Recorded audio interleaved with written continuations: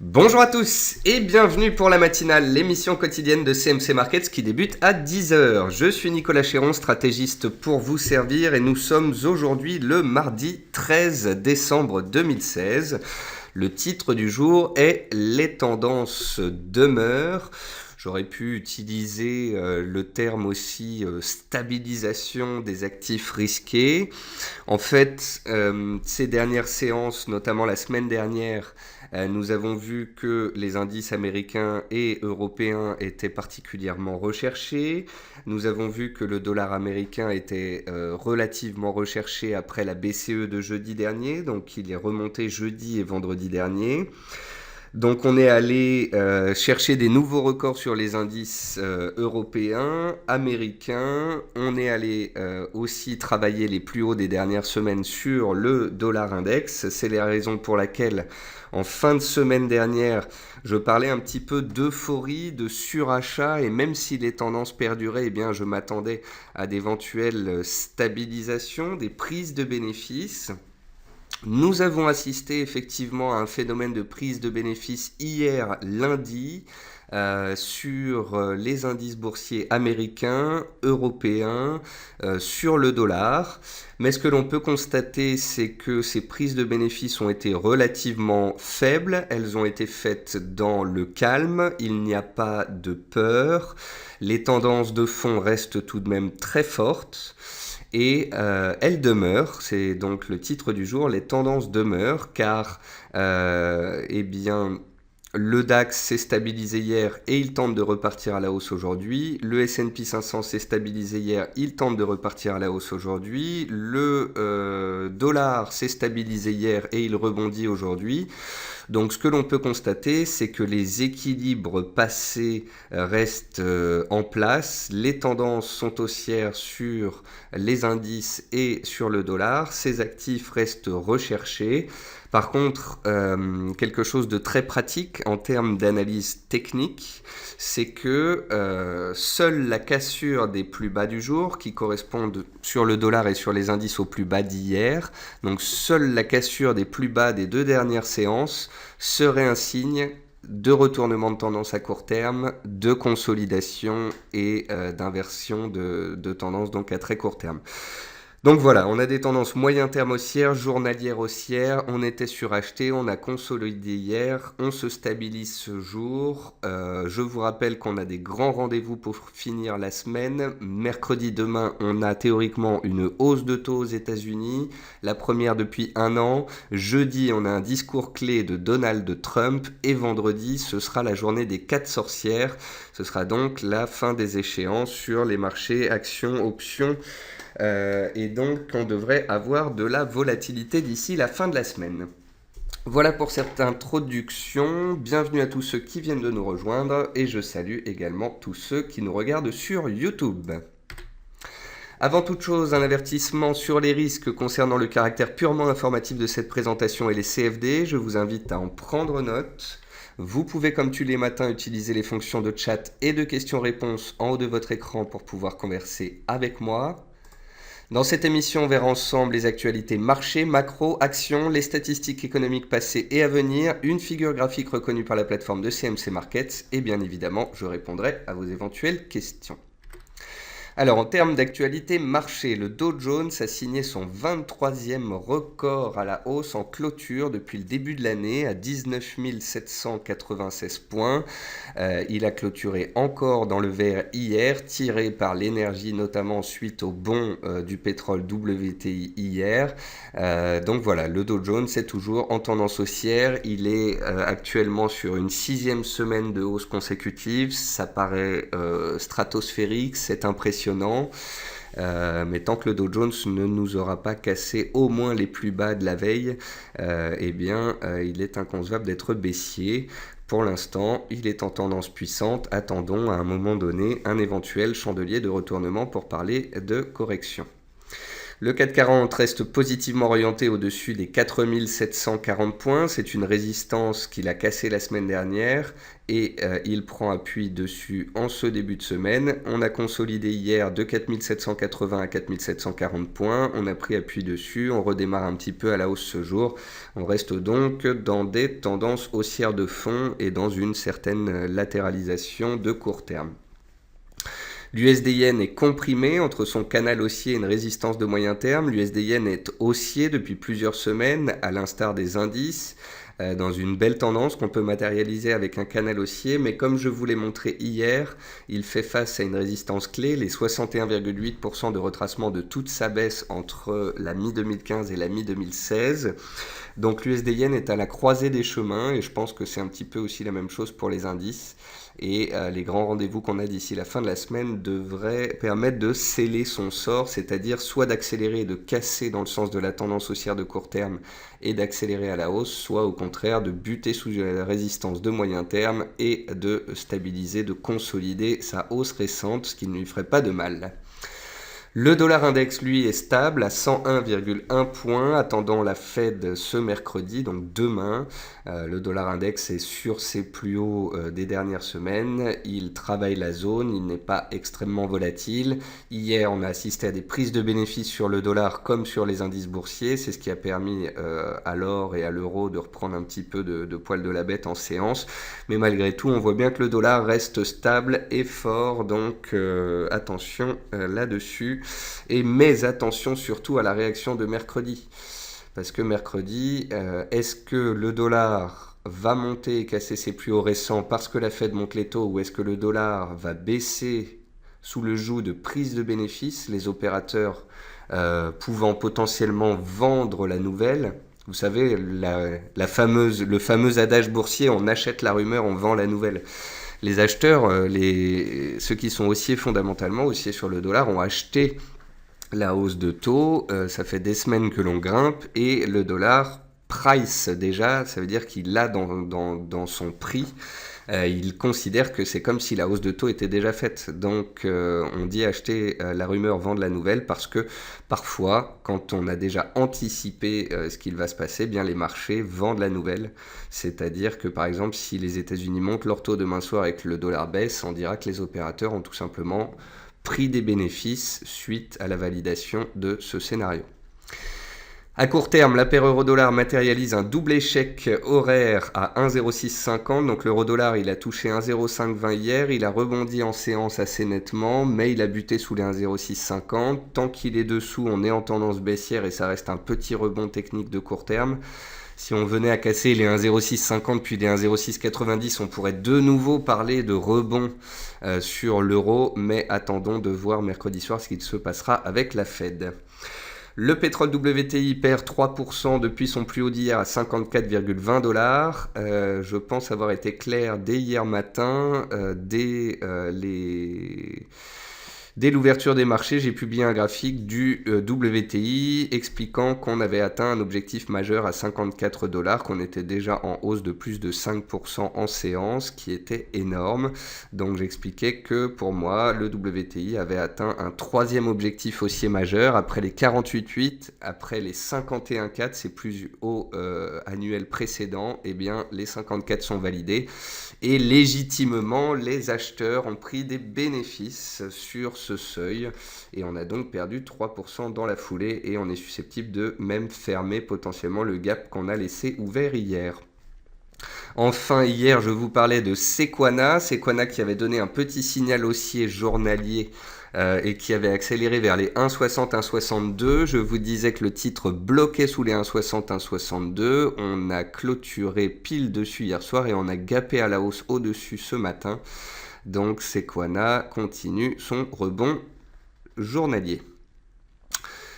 En termes d'actualité macroéconomique, les flux sortant des obligations depuis 5 semaines sont les plus forts depuis 3 ans et demi, affirme David Rosenberg, Gluskif-chef, cité par le Financial Times, en commentaire au retour du 10 ans US au-dessus de la barre symbolique des 2,50% de rendement actuariel. Si cette phrase est du chinois pour vous, il faut absolument que vous étudiez ce qu'il se passe actuellement. Dans l'ordre des marchés, si vous voulez, le marché action est un petit marché. Ensuite, on a je parle globalement sur la planète finance, on a le marché action. Au-dessus, on a le marché d'échange qui est bien plus énorme. Et encore au-dessus du marché d'échange, on a le marché des taux, le marché obligataire qui est le marché le plus important au monde. Et ce qu'il se passe en fait, c'est que les taux sont en train de remonter progressivement. En fait, les marchés anticipent de l'inflation aux États-Unis et en Europe. Parce qu'ils anticipent de l'inflation aux États-Unis et en Europe et de la croissance, eh bien, on a les taux qui remontent. C'est pour ça qu'on a le 10 ans américain qui a son taux de rendement actuariel qui est remonté progressivement de 1,40 à 2,50 ces derniers mois. Et en fait, étant donné que les taux remontent, eh bien, les opérateurs ont tendance à sortir du marché obligataire. Les flux sortent du marché obligataire et vont sur le marché action. Donc là où on pourrait penser que les marchés sont extrêmement positifs, haussiers, qu'ils payent des fondamentaux et que c'est vraiment un mouvement très positif, fondamentalement parlant, en fait, ce n'est peut-être qu'un système de vases communicants. C'est-à-dire que les marchés obligataires secouant les opérateurs dessus, ces derniers sortent, doivent faire quelque chose de leur cash, le placent sur le marché action, et c'est ça qui engendre une accélération haussière monumentale du marché action ces dernières semaines, notamment aux États-Unis, et c'est comme ça que l'on pourrait créer potentiellement soit un phénomène de bulle, soit un phénomène d'excès haussier majeur, d'euphorie haussière. Et vous connaissez l'adage, les marchés haussiers naissent dans le pessimisme et meurent dans l'euphorie. Je continue. Standard & Poor's pense que la croissance du PIB italien va passer sous la barre des 1% après les résultats du référendum. Donc là aussi, on pense, tout comme pour le Brexit, que ça va être une mauvaise chose pour le pays. Attendons de voir. Et enfin, d'après un sondage Reuters, la BCE aurait fait le bon choix le 8 décembre selon les investisseurs européens sondés. La question aux investisseurs, c'est: pensez-vous que la BCE a fait le bon choix? Que voulez-vous que ces derniers répondent alors qu'elle vient d'inonder de 540 milliards d'euros supplémentaires les marchés obligataires pour 2017 ? À moins de demander un ruban rouge autour de ce package, je vois mal ce qu'on pourrait demander de plus à la Banque Centrale Européenne. Donc bien évidemment que les investisseurs sont contents. Côté entreprise, Plastic Omnium présente son plan 2020 lors de son Investor Day. Vivendi confirme avoir franchi le seuil des 3% du capital de Mediaset. Asahi rachète les actifs de AB InBev, le spécialiste de la bière en Europe, pour 7,3 milliards d'euros. Gemalto va fournir une solution de gestion d'abonnement à China Mobile. Et puis Engie relève de 1,8 milliard d'euros ses provisions pour le démantèlement du nucléaire belge. Côté meilleure et moins bonne performance du CAC 40, vous pouvez voir qu'on n'a pas de titre dans le CAC 40 qui gagne ou qui perd plus de 1,5%. Donc c'est une séance relativement calme. Dans les baisses, on retrouve l'énergie avec Technip qui consolide, Vivendi qui est délaissé déjà depuis plusieurs semaines, ArcelorMittal qui enfin consolide de 5% sous les 8 euros après avoir enchaîné 160% de hausse entre le plus bas et le plus haut de l'année. Et puis toujours à la hausse du luxe, Sanofi, poids lourd du CAC et puis l'automobile avec Renault. Dans les statistiques passées cette nuit, ce matin, on a eu la production industrielle chinoise supérieure aux attentes à 6,2% alors que le consensus attendait 6,1% et on a eu les ventes au détail chinoises en hausse de 10,8%, mieux que les 10,2% attendus par les opérateurs. Ce jour, à 10h30, on a l'indice des prix à la production au UK. À 11h, on a le ZOO. Donc, c'est le climat, la confiance des investisseurs en Allemagne. Donc, bien évidemment, ça peut engendrer un décalage des prix. À 14h30, les prix à l'importation aux États-Unis. Une statistique mineure. Et puis, à noter qu'on aura des statistiques japonaises demain matin très tôt. Donc, le ZOO, aujourd'hui, est la seule statistique vraiment importante. En fonction de s'il est bon ou pas, il va faire monter ou baisser le DAX et même l'ensemble des indices européens. Aujourd'hui devrait être a priori une journée calme en termes de chiffres et en termes de variation de marché. Il y a de grandes chances que les opérateurs soient un peu plus calmes, allègent un peu leur portefeuille, modulent leur exposition avant les grands rendez-vous que sont les taux demain, Trump jeudi et les 4 sorcières vendredi. Et puis pour finir, une figure graphique en données 4 heures reconnue par la plateforme de CMC Market sur le riz. C'est un triangle, ça montre bien la compression des cours en ce moment. Vous savez, le riz, on l'a regardé parce qu'il était en train de tenter de dépasser la zone des 9,70. Il l'a cassé, puis il est revenu dessus, puis il est reparti, puis il est revenu à proximité. Donc voilà, en fonction de la sortie de ce triangle et de la prochaine accélération à suivre, si on casse les extrêmes de ce triangle, si on casse à la baisse sous les 9,65, c'est que les vendeurs prennent la main et on repart vers les plus bas annuels, vers le support des 9,20. Si on casse par le haut les plus hauts des dernières séances, enfin on débloquerait du potentiel haussier. Voilà, on va passer sur la plateforme de CMC Market. Et comme je vous le disais, les tendances demeurent. Hier, on a eu des chandeliers de consolidation, voire des chandeliers baissiers sur certains actifs, comme des étoiles filantes par exemple. Mais des étoiles filantes, ça fait partie des chandeliers qui doivent être confirmés le lendemain par de la baisse. Donc vous voyez ici, le DAX est allé un peu haut, un peu vite hier. Il est revenu sur support les plus bas de vendredi. Il a tenu les plus bas de vendredi et il repart à la hausse dans le sens de la tendance. Donc comprenez bien que la tendance de long terme est haussière, moyen terme haussière, court terme haussière. Donc voilà. Tant que l'on ne casse pas un plus bas que le précédent, tant qu'on ne fait pas un plus bas que le précédent, c'est les acheteurs qui gardent la main. C'est la même chose sur la plupart des indices européens. Vous voyez, l'Eurostoxx a consolidé hier. Il fait même un nouveau plus haut aujourd'hui. Donc ça montre bien à quel point il est punchy. Néanmoins, vous remarquerez que l'Eurostoxx, il est toujours dans le rouge par rapport à la clôture de décembre 2015. L'Eurostoxx, il a clôturé 2015 à 3275 points. Donc, il est censé encore prendre 50 points, donc 1,5% pour pouvoir finir l'année à l'équilibre. L'US Small Caps 2000, donc le Russell 2000 qui est l'indice le plus haussier des indices américains, avait besoin de consolider hier. Il y avait une divergence baissière sur le RSI, il a consolidé hier et il se reprend ce jour. Le 440, il avait besoin de consolider hier, il est revenu sur les 4740 points, puis il repart à la hausse. S'il casse les plus hauts des dernières séances, il peut continuer de grimper. Et c'est la même chose, le même constat sur tous les indices. Le S&P 500 a fait une sorte de chandelier avec une mèche haute, une sorte d'étoile filante hier. S'il avait cassé les plus bas d'hier à 2250 points aujourd'hui, on aurait pu parler d'un scénario correctif et de plus de baisse. Mais étant donné que les 2251, les plus bas d'hier, ne sont pas cassés, ça reste une consolidation, le chandelier d'hier, dans une tendance haussière de fond. Et tant qu'on ne casse pas de support, on continue de grimper. Donc au niveau des indices, que ce soit les indices européens ou américains, les tendances à long terme, moyen terme et court terme sont haussières. Les acheteurs ont la main. On est en plein dans le rallye de fin d'année. On est en plein dans le mois de décembre qui est le deuxième mois le plus haussier de l'année. Donc voilà. Pour l'instant, en fait, la situation est plus que normale. Les marchés étaient bloqués sous des résistances majeures, ils les ont cassés il y a un mois et donc ils montent depuis un mois. Il n'y a rien d'anormal à ça, c'est juste qu'on était habitué à des marchés de range depuis un an. Et c'est pour ça que quand le marché passe d'un marché de neutre à un marché haussier, cela peut faire bizarre à certains d'entre vous qui n'y sont pas forcément habitués.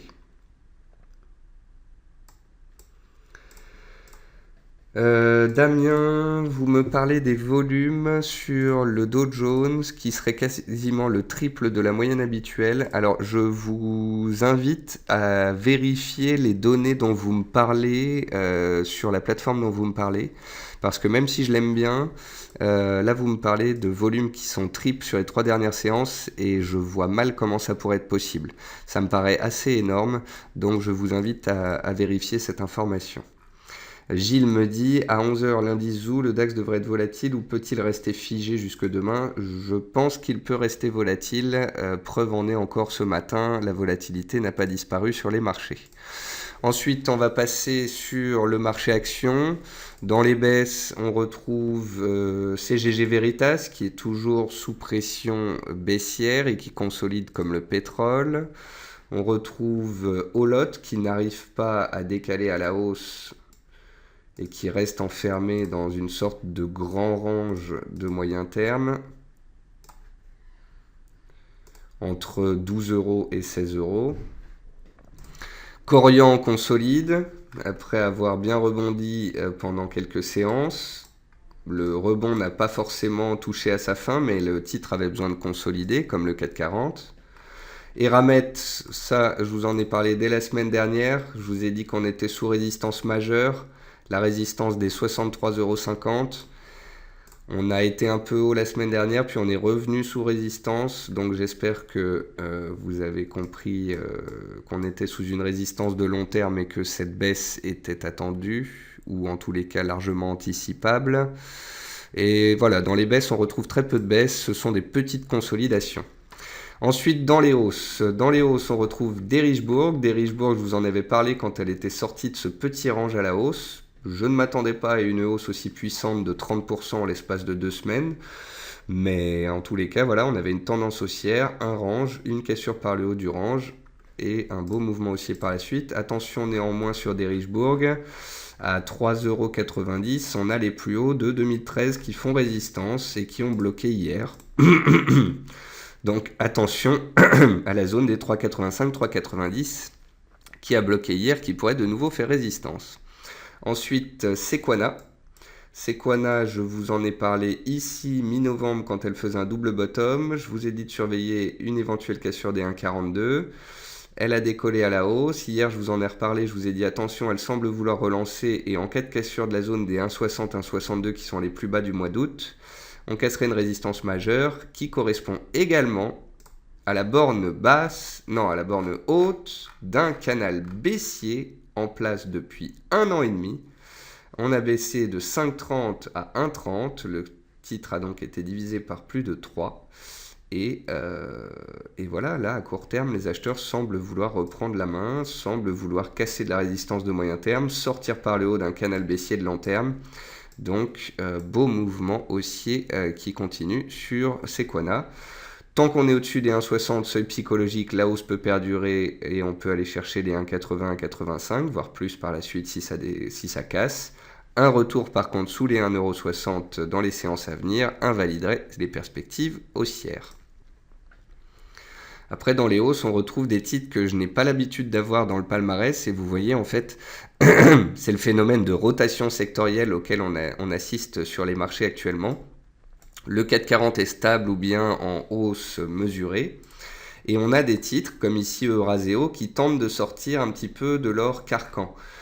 Pendant l'année 2016, Euraseo était un titre qui a été assez neutre. Et vous voyez que depuis des semaines, on a consolidé dans une sorte de grand triangle. Et puis là, les acheteurs tentent de reprendre la main, de casser la résistance des 53 € et de décaler à la hausse. Alors, il faut faire attention, on a une oblique baissière qui passe ici. Mais si les 54 € devaient casser par la suite, les plus bas du mois d'août ici, qui font résistance, on casserait aussi l'oblique baissière et on pourrait décoller. Donc vous voyez, ce n'est pas forcément les titres qui sont le plus montés ces dernières semaines qui vont continuer de monter. Les Valorec, les Technip, les Eramet, les Derichebourg, tous ces titres-là ont fait des beaux parcours, ont été bien soutenus et sont déjà bien montés sur le trimestre ou sur l'année. Par contre, des titres délaissés comme Euraseo, qui étaient dans un range depuis 2 mois, eh bien ça, c'est le genre de titre qui, d'ici la fin de l'année, pourrait performer. C'est ce qu'on appelle donc faire du stock picking. Un titre comme Airbus, vous voyez, il était dans une tendance neutre depuis 6 mois, il s'en est échappé le mois dernier et il repart à la hausse dans le sens de sa tendance. Hermès, elle repart vers ses plus hauts annuels qu'elle pourrait même tenter de dépasser. TF1 qui a été délaissé toute l'année essaye de matérialiser une épaule tête-épaule inversée avec une ligne de coup vers 9,13 qui, si elle était dépassée, ouvrira un potentiel haussier théorique. Donc vous voyez, il y a plein de titres comme ça qui n'étaient pas les stars de l'année, c'est clair, qui ont été délaissés parfois jusqu'ici, mais qui tentent de sortir du lot, qui tentent de faire des rattrapages, qui tentent pour certains, de finir l'année dans le vert. Donc voilà, Moi, de plus en plus, d'ici la fin de l'année, plutôt que de regarder les indices ou de regarder les matières premières comme je l'ai fait habituellement, je regarde beaucoup les actions. Ici, vous voyez Iliad. Iliad, depuis un mois et demi, elle est bloquée sous les 180 euros. Tant qu'elle est dessous, c'est neutre. Si on casse les 180 euros, c'est un signal haussier théorique pour aller chercher les 192. Et ainsi de suite. Et vous pouvez comme ça vous balader dans le palmarès et mettre des alertes sur pas mal de titres. Sanofi fait partie aussi des titres qui sont restés très neutres cette année. Vous voyez, Sanofi, elle a commencé l'année 2016 à 77, elle est à 77. Elle est dans un range depuis le début de l'année. Elle a cassé son oblique baissière ici le mois dernier. Elle a pris appui. Et si elle venait enfin à sortir par le haut et à grimper, c'est une possibilité. En tous les cas, on voit bien que les plus bas sont de plus en plus bas et que les acheteurs ont envie de casser ici les 77 qui bloquent depuis 2 semaines. Donc voilà, le stock picking est une activité qui peut être lucrative en fin d'année lorsque les fonds habillent leur bilan et lorsque les opérateurs sont à la recherche de titres qui pourraient faire des rattrapages. Alors, juste, excusez-moi, Sofiane, vous m'avez posé une question sur Ingenico. Je vais répondre sur Ingenico avant de passer aux matières premières. Ingenico, on en a parlé ces dernières séances, me semble-t-il. Non, c'est pas Ingenico dont on avait parlé, c'est Gemalto. Alors, Ingenico, bah vous voyez, ça c'est intéressant. Donc Ingenico, c'est un titre qui était dans une superbe tendance haussière de 2010 à 2015. Et puis vous voyez, à la fin de l'année 2015, on a mis un peu fin à la tendance haussière, on est devenu neutre. Et en 2016, on est carrément passé baissier à moyen terme. Ça fait 1 an et demi que le titre est baissier. Alors après, là, je pense deviner un canal baissier dont on est en plus en train de travailler la borne basse. Donc on est sur le bas d'un canal baissier de moyen terme. Et en données horaires, on est sur un bas de range, en données horaires et journalières. Donc très intéressant, Ingenico. Ingenico est un titre, on va dire, neutre à long terme maintenant, baissier à moyen terme, baissier en données journalières. Donc il n'y a rien de très positif sur ce titre. Néanmoins, on a vu à l'instant qu'on était sur le bas d'un canal baissier de moyen terme et qu'en données journalières, on essayait de défendre un support. Donc, si ce support venait à céder, on pourrait de nouveau connaître une nouvelle vague baissière dans le sens de la tendance principale qui est baissière. Par contre, si Ingenico continuait de défendre son support dans les séances à venir, puis finissait par se retourner et peut-être enfin casser ses moyennes mobiles qui bloquent les cours depuis 2-3 semaines, au-dessus des 72,50, on aurait un premier signal haussier et au-dessus des 74,50 €, les plus hauts des 3-4 dernières semaines, on validerait un regain d'intérêt des acheteurs et un retournement. Donc au cours actuel, seuls les plus agressifs rentrent pile poil sur support avec un stop serré, ça vous regarde, c'est votre stratégie. Moi je suis analyste technique, je vois une situation neutre, je ne peux que vous dire que c'est neutre. Par contre, qu'on est sur support journalier, qu'on est sur support de moyen terme, et donc ça peut être un titre intéressant à surveiller. Merci Sofiane. On va passer sur les matières premières. Alors Damien dit, attention Sanofi, il y a une class action qui vient d'être initiée. Oui, mais vous inquiétez pas Damien, Sanofi, des class action, des procès, des médicaments qui tombent dans le domaine public, il y en a en permanence. Si le titre monte, c'est que le marché considère que ça va. Brigitte, vous me demandez de vous parler d'AXA, on verra ça à la fin. On va passer aux matières premières. N'oubliez pas, hein, essayez, vous voyez, vous connaissez l'ordre maintenant de mon émission. Donc voilà, on fait les indices, les actions, les matières premières, les devises. Si vous voulez des matières premières, dites-le moi maintenant. Si vous voulez des devises, dites-le moi maintenant aussi. On reparlera actions à la fin si vous le voulez bien. Donc sur les matières premières, pour répondre à la question de Pierre, non, ce n'est pas un bébé abandonné sur le WTI hier. Un bébé abandonné, c'est un chandelier où il y a un gap haussier, un doji et ensuite un gap baissier. Donc déjà, le chandelier d'hier, il n'y a pas un doji, ça reste un long chandelier, donc c'est pas trop l'esprit du bébé abandonné. Et puis pour valider un bébé abandonné, il aurait fallu un gap baissier le lendemain. Il n'y a pas eu de gap baissier, au contraire, on est resté haussier. Donc pour l'instant, ça reste positif. Alors vous voyez que le WTI a gapé violemment hier. Il est allé chercher une résistance à 54 $ qu'on avait identifié ensemble.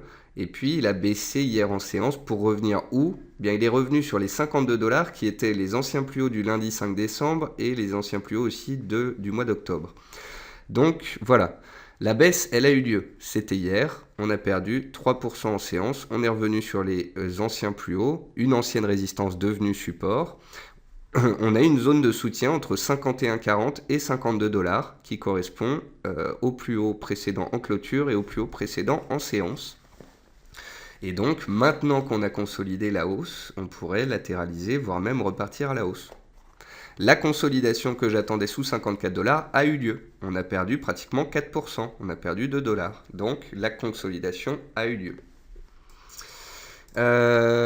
Ensuite, le riz s'accroche, mais comme je vous l'ai montré tout à l'heure, ça reste attentiste à court terme.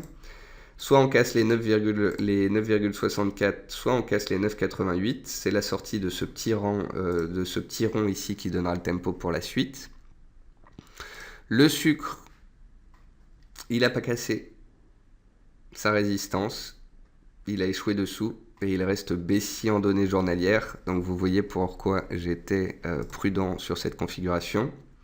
Le coton, attention, je ne le dirai pas deux fois, va sortir sous peu de son triangle. Il approche de l'apex de son triangle, c'est vraiment la fin du triangle.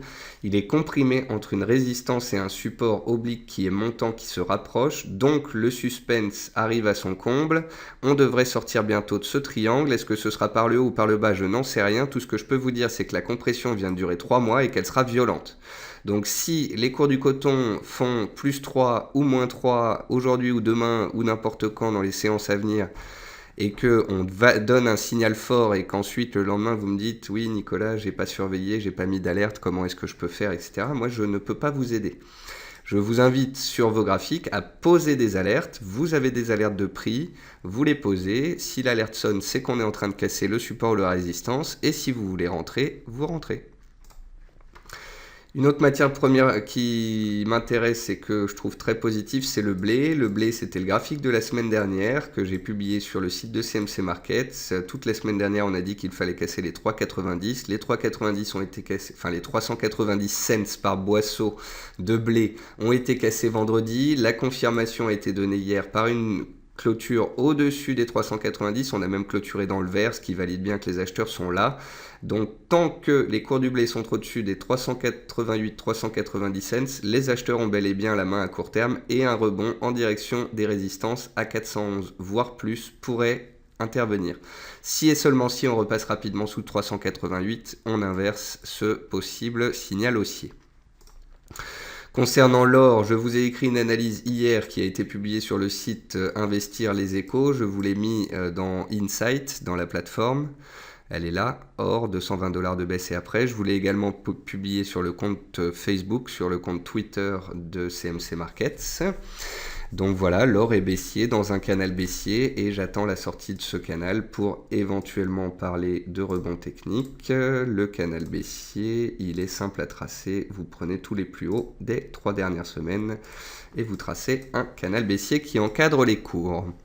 Donc l'or, c'est comme les indices, c'est une tendance qui perdure jusque nouvel ordre. Et puis pour finir, les devises. Donc sur les devises, le dollar a consolidé hier, comme les indices. Vous aurez remarqué que le dollar et les indices vont de pair, hein. Donc le dollar et les indices sont dans des tendances haussières, mais hier les indices étaient un petit peu hauts. Le dollar, lui, il était sous ses plus hauts annuels, sous ses plus hauts des dernières semaines. Donc on a assisté à des prises de bénéfices et vous voyez que là, il est posé sur support et positif ce jour. Et puis pour la suite, c'est la Fed qui décidera. Est-ce que le dollar va s'envoler, casser les plus hauts annuels et accélérer, ou est-ce qu'au contraire on va assister à des prises de bénéfices demain soir avec la Fed? On verra ça ensemble à 20h. On fera un live Fed qui va commencer à 19h45 ensemble. Je vais regarder les paires qu'on m'a demandé. L'euro-dollar, comme je vous le disais tout à l'heure, donc en introduction de cette émission, il fait un double échec en données horaires sous les 1,0650. On les a travaillés hier, on les a travaillés ce matin. Tant qu'on est sous ce seuil, c'est baissier. Si on vient à le casser, attention, c'est que la baisse n'est pas certaine.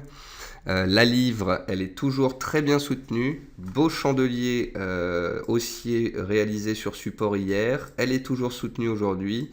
La livre est dans une tendance haussière depuis maintenant 1 mois et demi. C'est la monnaie la plus forte des majeures contre le dollar américain.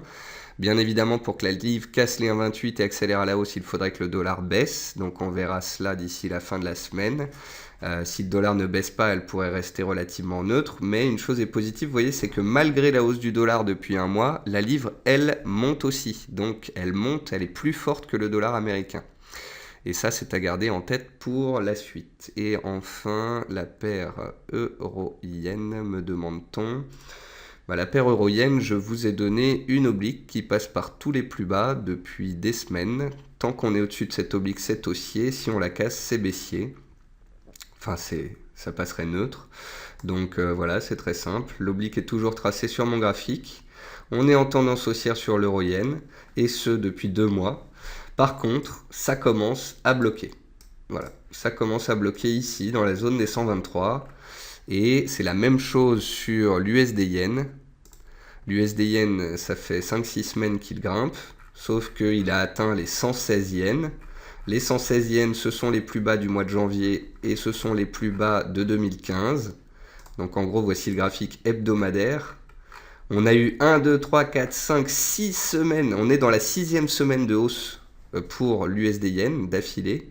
On est revenu sur 61,8% de retracement de toute la baisse de 2015 à 2016. Ce sont les plus bas de 2015 qui font résistance. Donc attention.